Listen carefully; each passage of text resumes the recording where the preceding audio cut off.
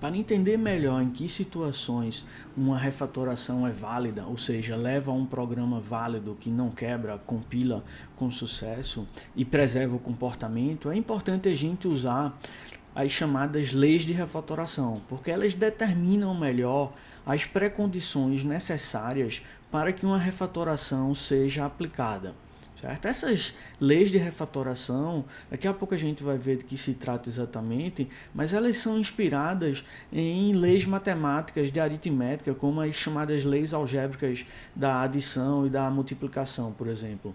Certo? Então, leis como essa, a primeira que diz que a soma é comutativa, a segunda que diz que a soma é associativa, a terceira que diz, né, que há uma distribuição entre multiplicação e soma, certo? Elas capturam propriedades que são válidas para qualquer expressão que a gente vai trabalhar. Então, qualquer que seja a expressão que esteja associada a esse A, por exemplo, da primeira equação, ou a expressão que esteja associada ao B da primeira equação, a gente pode trocar a ordem dos operandos sem maiores problemas. Isso daí é o que está dizendo a equação. O resultado final é equivalente.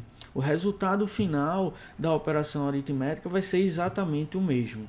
Certo? Então, como em refatoração a gente tem aquela ideia de preservar o comportamento, ou em alguns casos do comportamento ser equivalente do ponto de vista observacional, né? No sentido de que um usuário observando as respostas que o sistema produz para determinadas entradas, ele não consegue distinguir o comportamento do programa antes da refatoração para o programa depois da refatoração.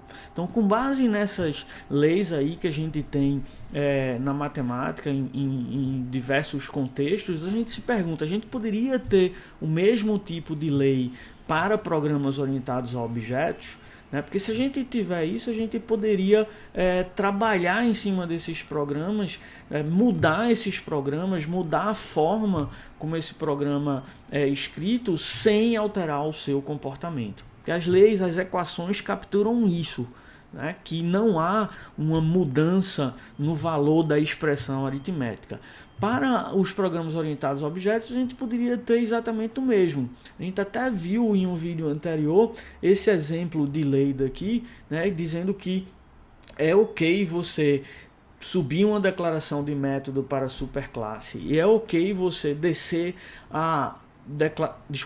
subir uma declaração de atributo para superclasse, ou é ok você descer uma declaração de atributo público da superclasse para a subclasse, desde que as condições que a gente vê após o provided, elas sejam satisfeitas. Certo? A primeira é uma condição que é só necessária quando você está indo da esquerda para a direita, e a segunda é uma condição que é necessária só quando você está indo da direita para a esquerda. Então isso é uma equação no sentido de que você pode se ir nas duas direções e que o comportamento dos programas são equivalentes. Na verdade, isso é uma simplificação para duas leis que a gente chama de refinamento. Uma que refina dizendo que o programa da direita refina o da esquerda, e outra dizendo que o programa da esquerda refina o da direita, dado que as condições específicas são satisfeitas, as pré-condições. Certo? Ao invés de ter duas inequações aí de refinamento, a gente tem uma única equação para economizar espaço e para simplificar a apresentação, evitando redundância. Certo? Essa equação, em particular, se você notar o símbolo de igual, da equação, logo após ele tem duas informações. Certo? Um é o C10 e outro é o C. Isso representa o contexto no qual a gente diz em que esses dois programas são válidos, são equivalentes. Tá? Então, C10 está representando todas as outras declarações de classe que a gente tem no programa e que não estão aparecendo aí na figura.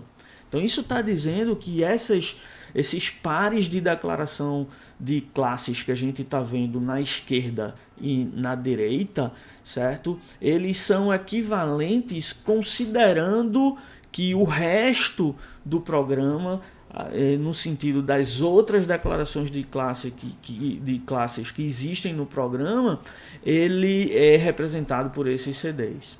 E o C representa o main. Então está dizendo, olha, é válido essa equivalência, mas só para mains C que satisfaçam as precondições, como a gente está lá embaixo. Em particular, por exemplo, o main, né, a segunda condição está dizendo, para baixar o atributo público para uma subclasse, certo?